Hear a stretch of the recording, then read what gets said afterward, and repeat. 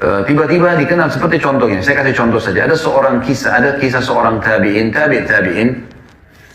Dia lagi duduk dia dulu sering belajar sama gurunya, sama syekhnya, seorang tabi'in.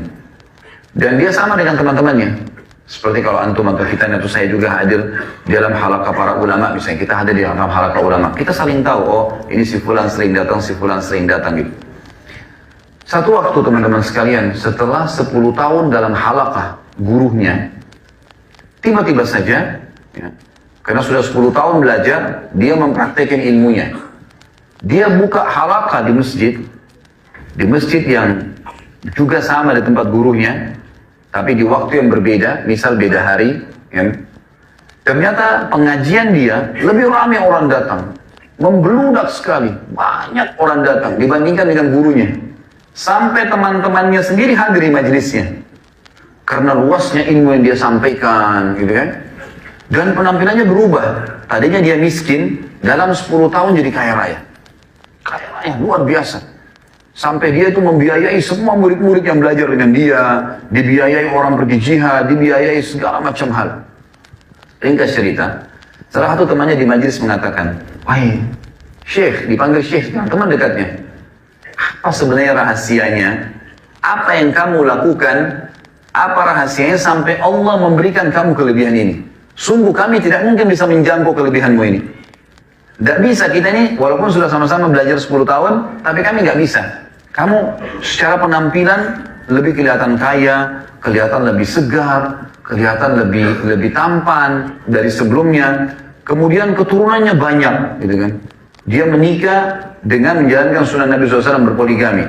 Kemudian juga dia, teman-teman sekalian, memiliki banyak kelebihan. Di antaranya, majelisnya dia mengalahkan jumlah gurunya sendiri. Temannya tanya, apa rahasianya? Apa dia cerita teman-teman sekalian? Perhatikan, dia mengatakan ini kisah nyata. Dia bilang, sekitar 10 tahun yang lalu, waktu kita masih belajar, satu waktu, pernah waktu kalian sudah bubar semua, maka saya duduk di majelis syekh kita. Lalu sementara saya lagi punya banyak pertanyaan yang saya ingin tanyakan, karena awal-awal belajar, tiba-tiba ada seorang laki-laki yang kelihatannya tampan, putih, badannya kekar. Kelihatannya orang ini ada juga bekas kekayaan, tanda kekayaan. Dari pakaiannya, dari penampilannya. Dia mendekati syekh kita, lalu dia berkata, syekh, saya mau minta, waktu itu orang bilang imam, wahai imam, saya mau minta dari anda jodoh buat anak perempuan saya.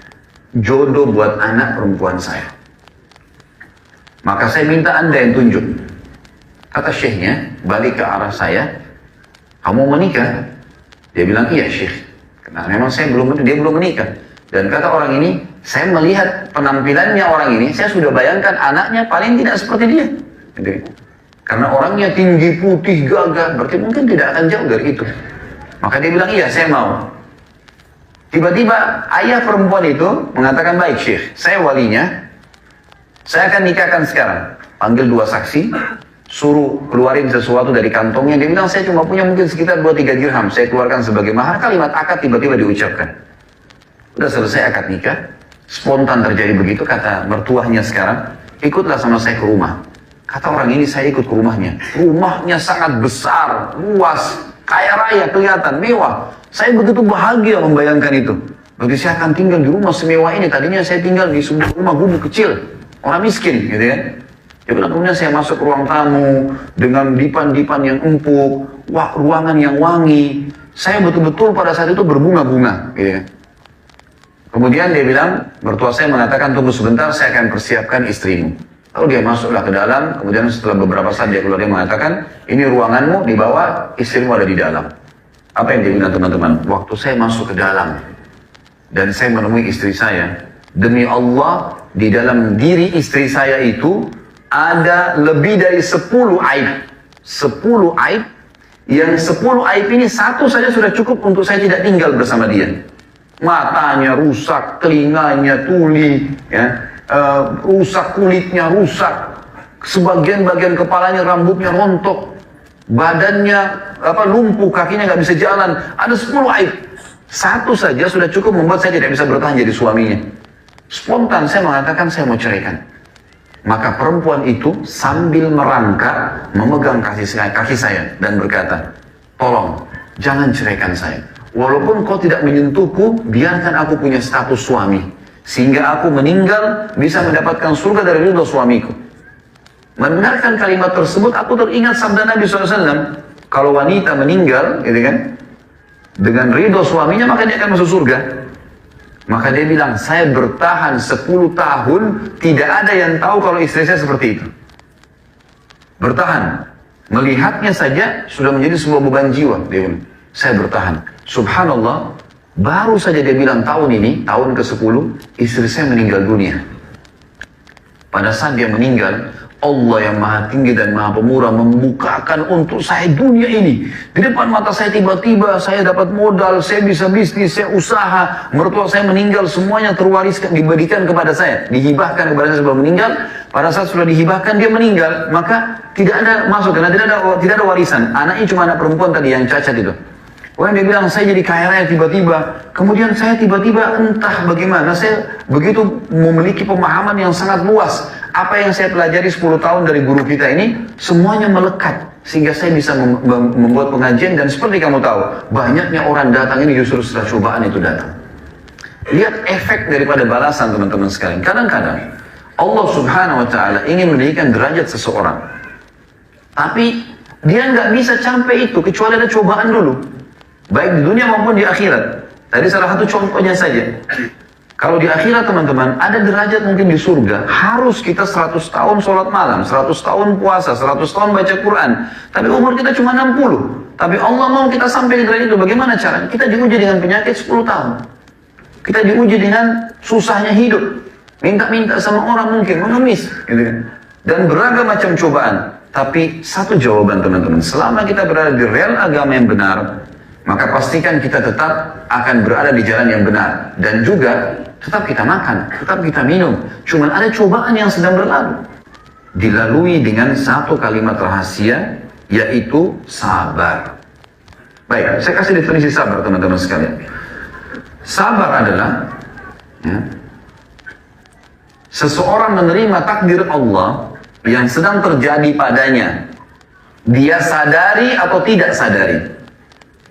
Sesuatu yang sedang terjadi pada seseorang, takdir Allah, dia menerima takdir Allah yang sedang terjadi padanya. Dia sadar atau tidak sadar. Artinya, sengaja sehingga terjadi sesuatu atau tidak sengaja sehingga terjadi. Lalu kemudian, dia berikhtiar mencari jalan keluar tanpa keluhan. Dan sabar ini, masuk kata ulama dalam dua hal. Sabar dalam ketaatan kepada Allah, dan sabar dalam meninggalkan maksiat kepada Allah. Masuk dalam dua hal.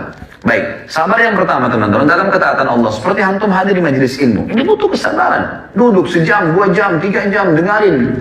Kita pegang, itu butuh sabar juga. Tapi ini karena umumnya orang mengetahui dia akan dapat ilmu, dapat sesuatu, maka dia bisa lakukan. Ada sabar teman-teman sekalian, yang masuknya ke dalam masalah, dan ini masuk dalam ketaatan Allah ini, masuk dalamnya adalah sabar kalau datang cobaan yang tadi, kayak penyakit, kayak cobaan dari pasangan hidup. Ya, kita tahu Nabi Nuh alaihissalam misalnya, cobaan berat adalah istrinya dan anaknya, nggak mau beriman. Nabi loh ini, 950 tahun mendakwai istrinya nggak mau masuk Islam, nggak mau menganut agama. Bagaimana dengan antum yang istrinya mungkin tadinya belum paham sunnah misalnya? Antum baru sebulan, 2 bulan, baru setahun dakwai terus sudah mengatakan saya ceraikan saja. Karena nggak mau ikut sunnah. Sabar akhi. Bagaimana banyak akhwat kita, memang awalnya dia sama suaminya bebas. Kemudian dia dapat hidayah, dia ikut sunnah, suaminya belum. Sudah saya nggak bisa sabar nih, saya nggak mau jalan nih sama dia. Bagaimana dengan Nabi Nuh alaihissalam bersabar 950 tahun mendakwai mereka? Gitu. Apalagi ini hanya sekedar belum memahami, belum masuk iman dalam hatinya. Sudah cukup dia sebagai seorang muslim. Berapa banyak orang tidak sabar teman-teman dalam rumah tangga. Hanya karena masalah sedikit kebutuhan tidak terpenuhi. Apalagi kadang-kadang yang sangat disayangkan dalam menerapkan syariat. Pasangannya lagi terapkan syariat, lagi sholat di masjid, lagi pergi ke pengajian, atau sibuk dengan jihad di jalan Allah, atau melakukan unsur poligami dalam agama. Semuanya dijadikan masalah. Tidak ada kesabaran dalam menjalankan ketaatan Allah. Ini perintah Allah subhanahu wa ta'ala. Allah yang memerintahkan satu perbuatan, jihad. Ya setiap muslim harus sabar suaminya pergi jihad. Gitu kan? Mengharapkan pahala.